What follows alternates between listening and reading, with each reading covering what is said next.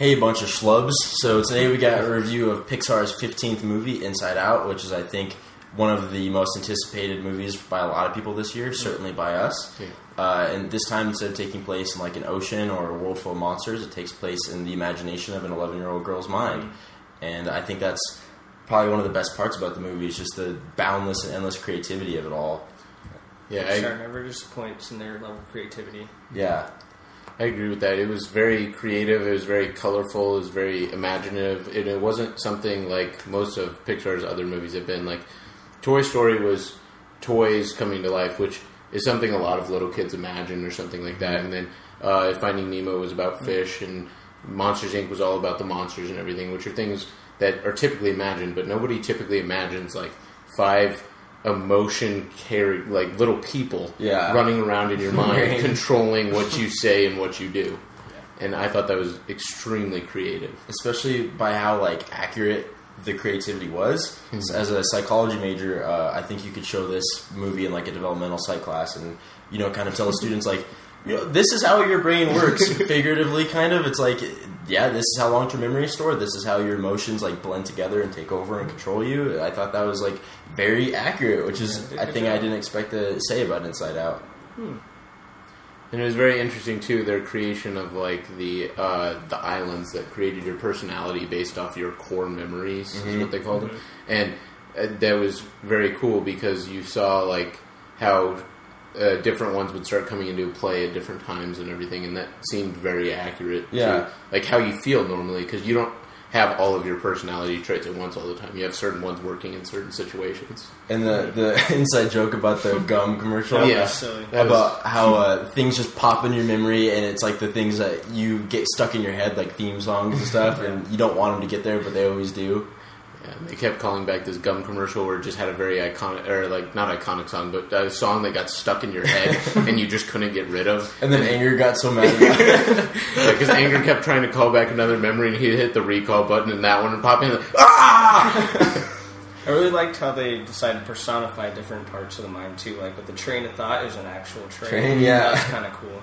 And then, I don't know, they did a good job of really, like, capturing the idea of, like, how certain emotions, like, over time kind of make who you are with the islands, like you're talking about.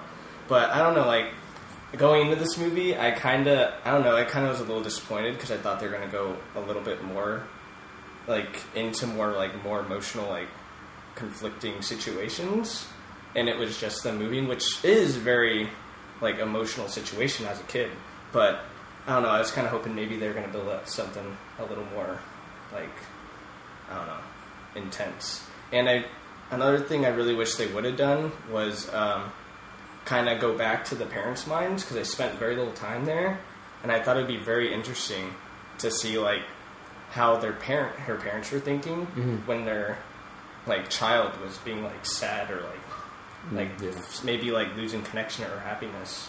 Like, that'd be a very interesting thing to talk about. And they could have did that. Yeah. So I think I was just hoping for that, but they kind of only touched on it a few times. See, I think that's why I wasn't disappointed, was because I didn't think it was going to be, like, about more sad, intense situations. I thought it was going to be about growing out of your childhood, which is, I think, what they really effectively did. Yeah.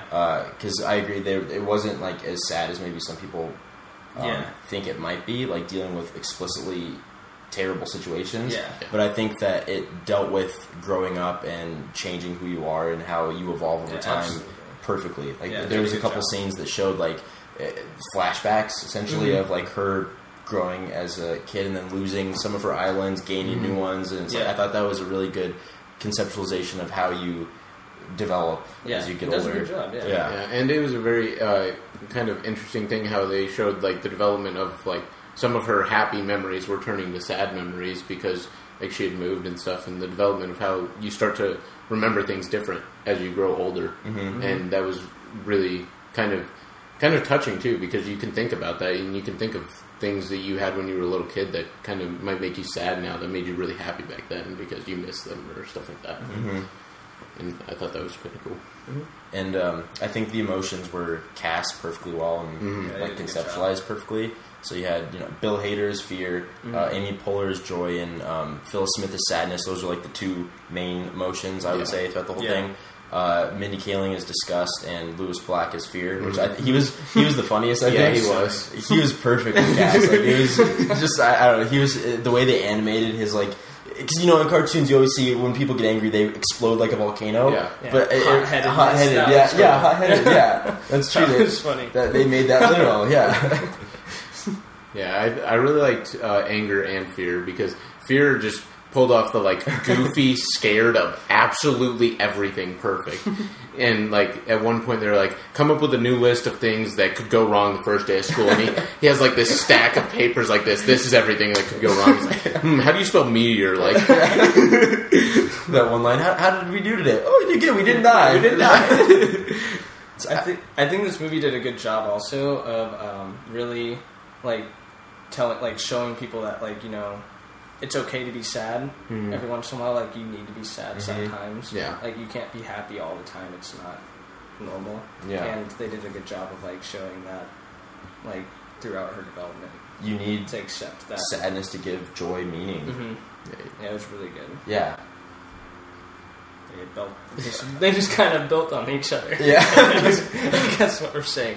So it really works because all emotions really are really connected all together. I thought it's it not was just one separate feeling after another. It's all yeah. And I really like that because they do kind of show that in certain parts of the movies that they are kind of joined, mixed together. They kind of showed the development of that too. How as a little kid you kind of have one-dimensional feelings. So, as a baby, you're either, smiling and really happy, or you're angry and really, yelling and crying, or you're kind of sad.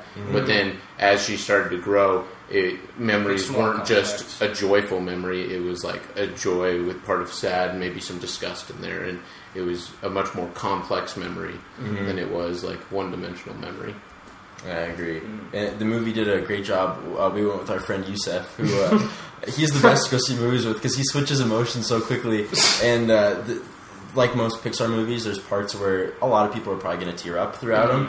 And it makes you go from tearful, which, oh my god, he was just bellowing. Yeah. And it makes you just laugh hysterically. And the whole theater was like that. You hear a lot of sniffles, and then you hear just really strong belly laughs. And it was literally in a span of 60 seconds that they made you switch between those two. It was. And I think a large part of that is probably Michael Giacchino's score, who also did Jurassic World, which we all liked his score a lot for that. So he's having quite the good month. He is. Absolutely.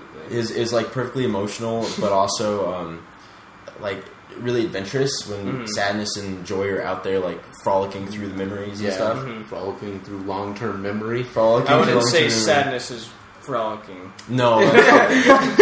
But she's being dragged. She's there, she's dragging. Literally, yeah. Sadness is literally dragging you down. I'm positive you're going to fail. Yeah. So I really, really, really, really love this movie. I need to stop saying in things that it's my favorite movie of the year because a couple movies later I change it. I thought nothing was going to beat Mad Max for me, but this is easily my favorite movie of the year so far. It's probably my second or third favorite Pixar movie of all time after seeing it once. So I'd give Inside Out an A+. Yeah, I would also give Inside Out an A+. This is easily in my top 5 favorite Pixar movies of all time. And that's saying something because I practically loved every Pixar movie other than Cars 2. But I really liked it. I thought it was absolutely wonderful. So, I'm going to be that guy, but I'm going to give it a B+. So you didn't like it? I didn't like it. I hated it. No. It was really fun. It had everything you'd want, expect out of a Pixar movie with creativity and just the emotions, but I just wanted a little bit more, and there's some points where I was like, come on, just a little more, and then it just never, I don't know, I never got just to that didn't point. Quite hit so you I was like, that extra but thing. it's definitely up there for some of the best Pixar movies I've seen so far compared to other ones. But you should definitely go see this in theaters because it's really good. Yeah. Alright guys, so that's our review of Inside Out. If you like this video and want to see others like it, subscribe below so you can get these in your sub box. Comment and let us know what you guys thought of the movie. And I guess we'll see you in the next one. Schlub it up!